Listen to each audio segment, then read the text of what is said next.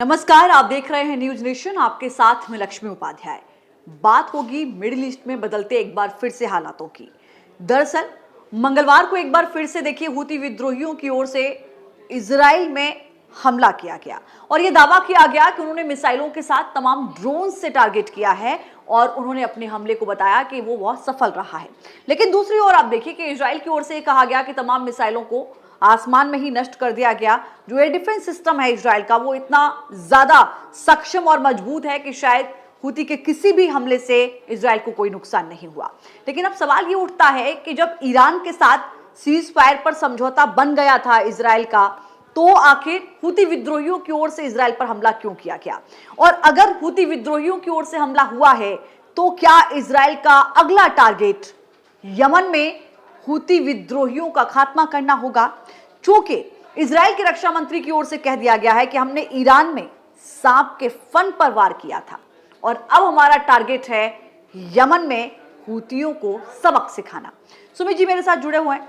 सुमित जी, इस पूरी घटना से क्या लगता है कि आने वाले वक्त में एक नया फ्रंट यमन के साथ खुलता हुआ इजराइल का नजर आता है? यमन के साथ एक्चुअली ऑलरेडी फ्रंट खुला ही हुआ है। यमन देखिए, हर चीज की यहाँ एक ज्योग्राफी की भी एक बहुत बड़ी भूमिका रहती है। जैसे ही इजराइल ने हमास के साथ युद्ध शुरू किया था गाजा में अक्टूबर 2023 में, तो सबसे पहले उस पर अटैक शुरू किए थे हिजबुल्लाह के लोगों ने, जो लेबनान में उनके पड़ोसी थे। वहां से हुए, उनको तो बहुत ज्यादा बुरी तरीके से क्रश किया इजराइल की तरफ से। हूतियों ने हमले शुरू करे, लेकिन हूती जो यमन है उसकी दूरी बहुत ज्यादा है इजराइल के साथ। 1500 किलोमीटर से भी ज्यादा दूरी है यमन और इजराइल के बीच में। तो इजराइल वहां पर पर्टिकुलरली वक्त वक्त पे हमले करता जा रहा है, और ना सिर्फ इजराइल हमले कर रहा है बल्कि अमेरिका की तरफ से भी हूतियों के ठिकानों पर हमले हो रहे हैं। अमेरिका के 2 बड़े युद्धक बेड़े जो एयरक्राफ्ट कैरियर है वो वहीं पर आसपास में ही है, तो वहां से भी हमले हो रहे हैं और अमेरिका को काफी नुकसान हूतियों के खिलाफ उठाना भी पड़ा है। उनके कई सारे बड़े बड़े ड्रोन हूतियों ने मार गिराए हैं, हूतियों को भी नुकसान हुआ है। तो ऐसा नहीं कह सकते कि एक नया फ्रंट खुला, बट ये हम जरूर कह सकते हैं जो बात आपने कही कि जब ईरान के साथ सीज फायर हो गया तो हूती क्यों हमला कर रहे हैं। हूतियों का कहना है, हूतियों का साफ साफ कहना है कि जब तक गाजा में हमले बंद नहीं होंगे हम इजराइल पर हमले करते रहेंगे। ईरान के साथ युद्ध विराम हुआ है, लेकिन गाजा में भी 60 दिन का सीज फायर दिया है? नहीं, अभी नहीं दिया है। गाजा में 60 दिन की सीज फायर की बात हुई है। गाजा में 60 दिन की सीज फायर की ट्रम्प ने बात की, जिसको इजराइल एग्री कर रहा है। अभी हमास की तरफ से इस पर कोई बात नहीं कही गई और हमास को ये प्रस्ताव शायद भेजा भी नहीं गया है। बातचीत चल रही है सीज फायर की। जब गाजा में सीज फायर हो जाएगा, जैसे पिछली बार जो फर्स्ट फेज का सीज फायर हुआ था गाजा में, जो 1 मार्च तक चला था, तब हूतियों ने भी अपने हमले रोक दिए थे। अब चूंकि गाजा में भी हमले हो रहे हैं, इसीलिए उनके साथ सॉलिडारिटी दिखाते हुए यमन के जो हूती बागी हैं वो इजराइल पर हमले कर रहे हैं। हालांकि इतने बड़े नहीं है, मिसाइलें हैं, लेकिन फिर ये तो हमने भी देखा कि देखिए रेड सी में भी तमाम जहाजों को टारगेट किया गया था हूती विद्रोहियों की ओर से, पहले भी जब इस तरीके का। लेकिन सीधे फ्रंट पर आना, हालांकि लेबनान में आपने ठीक कहा हिजबुल्लाह के साथ सीधी लड़ाई इजराइल की शुरू हुई थी, लेकिन हूतियों के साथ ये जरूर था कि आपने एक अटैक किया, उसका एक जवाब दिया, मामला खत्म।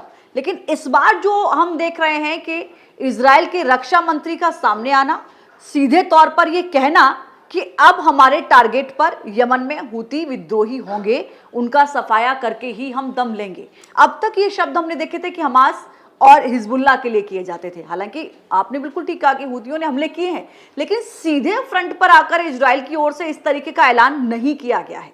हाँ, ये बात आप सही कह रही है, इस तरीके से ऐलान नहीं किया गया है, लेकिन हूतियों पर भी इजराइल ने हमले किए हैं। मैंने आपसे जो बात कर रहा था कि हूतियों के साथ इजराइल की दूरी बहुत ज्यादा है। तो इजराइल के लिए उस तरीके की हमलों की फ्रीक्वेंसी को मेंटेन कर पाना हूतीस के खिलाफ थोड़ा सा मुश्किल काम होगा, जैसे हमले उन्होंने हिजबुल्लाह के खिलाफ किए या हमास के खिलाफ किए या ईरान के खिलाफ भी 12 दिन के युद्ध में किए। इस बात का एडवांटेज हूतीस के पास है। और हूतियों के भी हमले कोई इतने ज्यादा बड़े नहीं हो रहे हैं इजराइल पर। वो गाहे बगाए अपनी मिसाइलें और अपने ड्रोन्स दाग रहे हैं। बीच में भी उन्होंने दागे थे ड्रोन्स। और जो सबसे बड़ी बात यह है लक्ष्मी, के हूतियों के पास कुछ ऐसी मिसाइल्स हैं जिनको कि इजराइल के एयर डिफेंस सिस्टम की मिसाइलें इंटरसेप्ट नहीं कर पाती हैं। बीच बीच में ऐसा हुआ है कि उनकी कुछ मिसाइल्स, उनके कुछ ड्रोन्स तेल अवीव में जाकर या आसपास के इलाकों में जाकर गिरे हैं। तो हूतियों की पावर को आप कमजोर नहीं करके आंक सकते। एक बात हम यहाँ पर देखेंगे कि ये जो पूरा सिलसिला चेन ऑफ इवेंट शुरू हुआ है अक्टूबर 2023 में हमास के इजराइल पर हमले के बाद से, जिसमें इजराइल ने पहले हमास पर गाजा में हमला किया, फिर हिजबुल्लाह के साथ टक्कर ली, फिर ईरान के साथ टक्कर ली और फिर हूतियों के साथ भी युद्ध हुआ उनका, हूतियों पर हमले हुए। मुझे लगता है कि हिजबुल्लाह को तो उन्होंने बहुत बड़ा नुकसान पहुंचाया, उनका लीडर नसरल्लाह की ही मौत हो नसरल्लाह को खत्म कर दिया। गई। ईरान के साथ भी आप देख सकते हैं कि ईरान में भी अच्छा खासा हमला किया, उसके टॉप कमांडर्स को मार गिराया। हूतीज अकेले ऐसे एक सेगमेंट बचा हुआ है, एक ऐसा मिलिशिया बचा हुआ है जिसको न तो इजराइल और ना ही अमेरिका उतनी चोट पहुंचा पाए हैं जितनी कि उनसे अपेक्षा कर रहे थे उनके सपोर्टर्स, या जैसा कि उन्होंने प्रेसिडेंट हिजबुल्लाह के हमास के मामले में सेट किया था। उसकी वजह यही है कि हूतीज की ज्योग्राफी थोड़ी अलग है, वो दूर है इजराइल से। हूतीज के पास लॉन्ग रेंज मिसाइलों की नीड होगी, लॉन्ग रेंज जो भी आप हथियार लेंगे, ड्रोन हो या मिसाइलें हो, और उसके लिए आपको अमेरिका की मदद लेनी पड़ेगी। और मुझे लगता है कि हूतियों पर हमले करने के लिए इजराइल अमेरिका से मतलब डायरेक्टली मदद मांगे, तो मुझे लगता है कि ये शायद इजराइल या अमेरिका दोनों के लिए ही इतना इजी नहीं, ऐसी बात नहीं है। अमेरिका भी हमले कर रहा है। अमेरिका ने तो स्पेशली एक टास्क फोर्स भी बनाई थी और डायरेक्ट अमेरिका ने कई सारे हमले किए हूतीज के, जो उनके बंदरगाह हैं, उनके तेल के डिपोज हैं, उनकी मिसाइल की फैक्ट्रीज हैं, वहां पर अमेरिका ने भी हमले किए, हूतीज ने भी जवाबी हमले किए। और जो इनके जो ड्रोन्स है, नाम याद नहीं आ रहा, शायद प्रीडेटर ड्रोन है, वो कई सारे ड्रोन इसके अमेरिका के मार गिराए हैं हूतीज ने। तो हूतियों को अमेरिका को उस आसान नहीं वक्त है। भी धमकी दी गई थी हूती विद्रोहियों की ओर से, जब अमेरिका ने, आपको याद होगा कि फोर्डो न्यूक्लियर प्लांट पर जो हमला किया था ईरान के पर, और उसके बाद कहा गया था कि अगर आपने दोबारा से हमला किया या इस तरीके की कोई गतिविधि की तो हम रेड सी में उसके जहाजों को टारगेट करेंगे। अब मेरा सवाल यह है कि देखिए, एक और तो हम देख रहे हैं कि हूती हमले कर रहे हैं, दूसरी ओर जो बड़ा मिडिल ईस्ट में हम बदलाव देखते हुए नजर आते हैं वो ये कि ईरान अभी भी बातचीत के लिए तैयार नहीं है।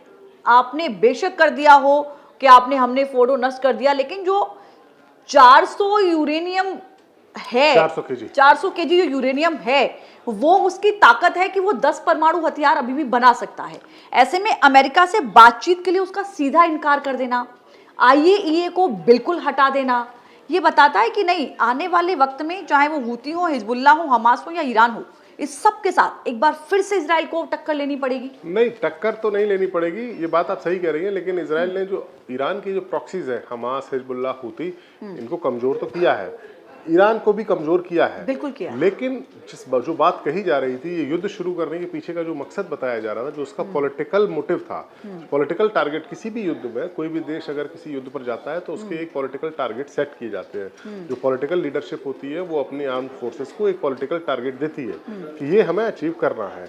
जैसे भारत ने ऑपरेशन सिंदूर चलाया तो एक टारगेट दिए गए थे कि भाई आपको टेरर कैंप्स जो हैं उनको नष्ट करना है। उसके बाद जो हुआ, पाकिस्तान ने रिएक्ट किया, भारत ने फिर 10 मई को और अपने उसके कई सारे एयरबेस उड़ाए, वो एक बाद की घटना हो गई। लेकिन एक पॉलिटिकल ऑब्जेक्टिव तय किया जाता है कि ये है। बिल्कुल, इजराइल ने एक पॉलिटिकल ऑब्जेक्टिव तय किया था ईरान पर हमला करने का, और वो पॉलिटिकल ऑब्जेक्टिव था कि ईरान की न्यूक्लियर पावर को या उसके न्यूक्लियर प्रोग्राम को हम जड़ से मिटा देंगे। इजराइल से तो वो हुआ नहीं, अमेरिका को इसमें बीच में कूदना पड़ा। जो फोर्डो और दो और जो उनके थे, इस्फान वाले, जानते थे, तो वो आप जड़ से उसको मिटा नहीं पाए। 200 मीटर अंदर गहराई में जो भी बंकर बस्टर बम जा सकता है वो सिर्फ अमेरिका के पास है, इजराइल के पास तो था ही नहीं। तो ये तो पहले दिन से ही कंफर्म था कि अगर आपको फोर्डो, नातांज या इस्फान अगर इन पर हमले करने हैं तो अमेरिका को कूदना पड़ेगा, पहले दिन से था। या फिर आप वो बंकर बस्टर बम इजराइल को देते, उसके थ्रू वो हमला होता, या डायरेक्टली अमेरिका ने। इजराइल के थ्रू तो नहीं हो सकता था, क्योंकि इजराइल के पास वो क्षमता नहीं थी कि वो बंकर बस्टर बम को वो ड्रॉप कर सकते थे। वो B-2 बॉम्बर्स अमेरिका के पास ही, तो सीधा था कि आपको आना ही आना था उसके लिए। अमेरिका भी आया, लेकिन इसके बावजूद भी अमेरिका के प्रेसिडेंट ने कहा भी कि हमने ऑब्लिटरेट कर दिया है, सारे उसकी परमाणु संयंत्र नष्ट कर दिए।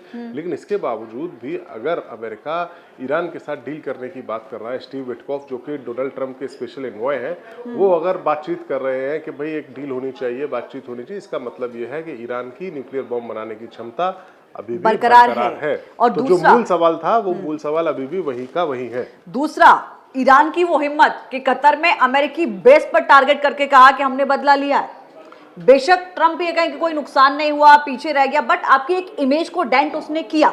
ईरान जैसा देश अगर अमेरिकी बेस पर हमला करने की हिम्मत रखता है तो जाहिर है कि आपकी एक इमेज बिल्डिंग को तो फर्क पड़ता है। बिल्कुल पड़ता है। और देखिए, ईरान के लिए इजराइल पर हमला करने से ज्यादा आसान था कतर के एयरवेज पर हमला करना, क्योंकि उसकी दूरी ईरान से महज 300 किलोमीटर की दूर पर था। इजराइल और ईरान की दूरी 1000 किलोमीटर के आसपास है। उसके बीच में कुछ और मुल्क भी पड़ते हैं, जॉर्डन, सीरिया, इराक जैसे, जहां अमेरिका के बेस हैं, तो वहां से भी उन मिसाइलों को गिराया जा रहा था।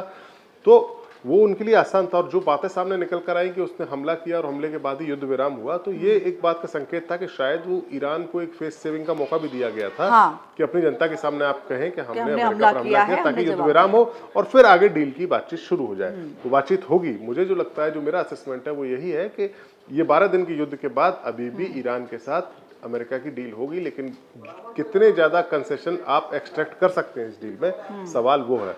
अमेरिका ईरान से कितनी चीजों की हामी भरवा सकता है, और ईरान अमेरिका से कितनी छूट पा सकता है, ये एक तरीका हो सकता है डील का। इसी के लिए इर्द गिर्द ये सारी घटनाएं हो रही हैं, जो मुझे लगता है। बिल्कुल ठीक कहा आपने। लेकिन मेरा एक सवाल ये भी है, जिस तरीके से ईरान के तेवर नजर आते हैं, जिस तरीके से वहां के राष्ट्रपति ये कहते हैं कि नहीं, हमारा अधिकार है, आप डरा के, धमका के या फिर हम पर हमला करके हमारे अधिकार को नहीं छीन सकते। आईएईए को पूरी तरीके से अपना बिल लाकर उसको अलग कर देना कि अब हम आपको भी जानकारी नहीं देंगे कि हम क्या कर रहे हैं, क्या नहीं कर रहे हैं। और आईएईए का ये कहना कि ठीक है, आप बेशक कहें कि हमने तबाह कर दिया है, लेकिन उसने वहां से यूरेनियम को दूसरी जगह शिफ्ट किया था, उसके पास अभी भी वो ताकत है।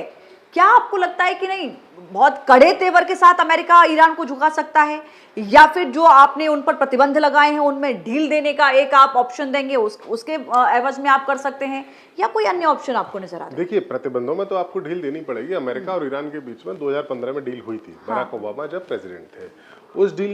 जो डील थी, उस डील में ये था कि ईरान अपने न्यूक्लियर प्रोग्राम को स्लो करेगा और उसके एवज में उसको कुछ ढील दी जाएगी। ईरान ने वो फॉलो किया और अपने न्यूक्लियर प्रोग्राम को स्लो किया। अमेरिका की तरफ से भी ढील देने की बात हुई, लेकिन हुआ ये 2018 में डोनाल्ड ट्रंप उसके एक साल बाद ही डोनाल्ड ट्रंप राष्ट्रपति बन गए। 2018 में उन्होंने उस डील से अमेरिका को पीछे खींच लिया, बात खत्म हो गई। उस डील के वक्त ईरान परमाणु बम बनाने के उतने करीब नहीं था। परमाणु बम बनाने के लिए हम अपने दर्शकों को बताएं कि यूरेनियम की जरूरत होती है और यूरेनियम को इनरिच करने की आवश्यकता होती है। यही वो फॉर्मूला है जिससे आप परमाणु बम बना सकते हैं। डिजाइन वाला अलग फैक्टर होता है, लेकिन यूरेनियम बहुत जरूरी है। ईरान ने उस वक्त तक यूरेनियम को उतना इनरिच नहीं किया था जितना अब कर चुका है। आईएईए की रिपोर्ट कहती है कि 60% से ज्यादा ईरान यूरेनियम को इनरिच कर चुका है और 90% की आवश्यकता है। तो फिर ऐसी परिस्थिति में अब जो 400 केजी यूरेनियम उसका गायब हुआ है या जो नष्ट नहीं हुआ है, जिसकी खबरें, वो 60% से ज्यादा इनरिच्ड है। ईरान को फॉर्मूला पता है इनरिच करने का, कि कैसे इनरिच करना है। ईरान के पास डिजाइन मौजूद है। ठीक है, इजराइल क्या आपको लगता है कि जो 11 वैज्ञानिक जो इसमें एक बड़ी भूमिका निभा रहे थे, उनको भी मौत के घाट उतारा है इजराइल ने, लेकिन वो कहता है कि हमने तो किसी की कॉपी की नहीं है ना। आप नॉलेज को खत्म नहीं कर सकते, हमने किसी की कॉपी नहीं की है, वो हमारा है और हम उसको आने वाले वक्त में और वैज्ञानिकों के साथ और जो टीम है आने वाले वक्त में हम उसको आगे बढ़ाएंगे। आप उसको नहीं रोक सकते। यही एक बार्गेनिंग चिप है जो ईरान यूज कर रहा है। तो चलिए, अब देखना होगा कि मिडिल ईस्ट में आगे क्या कुछ हालात बनेंगे, लेकिन फिलहाल ये जरूर तय है कि आने वाले वक्त में ये संभावनाएं बनी हुई हैं कि क्या ये सीज फायर फिर से तोड़ा जाएगा और फिर ईरान के साथ इजराइल की एक बार फिर से कोई जंग देखने को मिलेगी, खासकर इसी बात को लेकर कि ईरान अपने न्यूक्लियर हथियारों को बनाने की दिशा में कोई भी कंप्रोमाइज करने को तैयार नहीं है। जहां भक्ति है हर शब्द में, कथाओं में छिपे हैं दिव्य रहस्य और ज्योतिष देता है जीवन को दिशा। धर्म से जुड़ी हर बातों को जानने के लिए हमारे चैनल स्तुति को सब्सक्राइब करें। चैनल पर जाने के लिए इस लिंक पर क्लिक करें।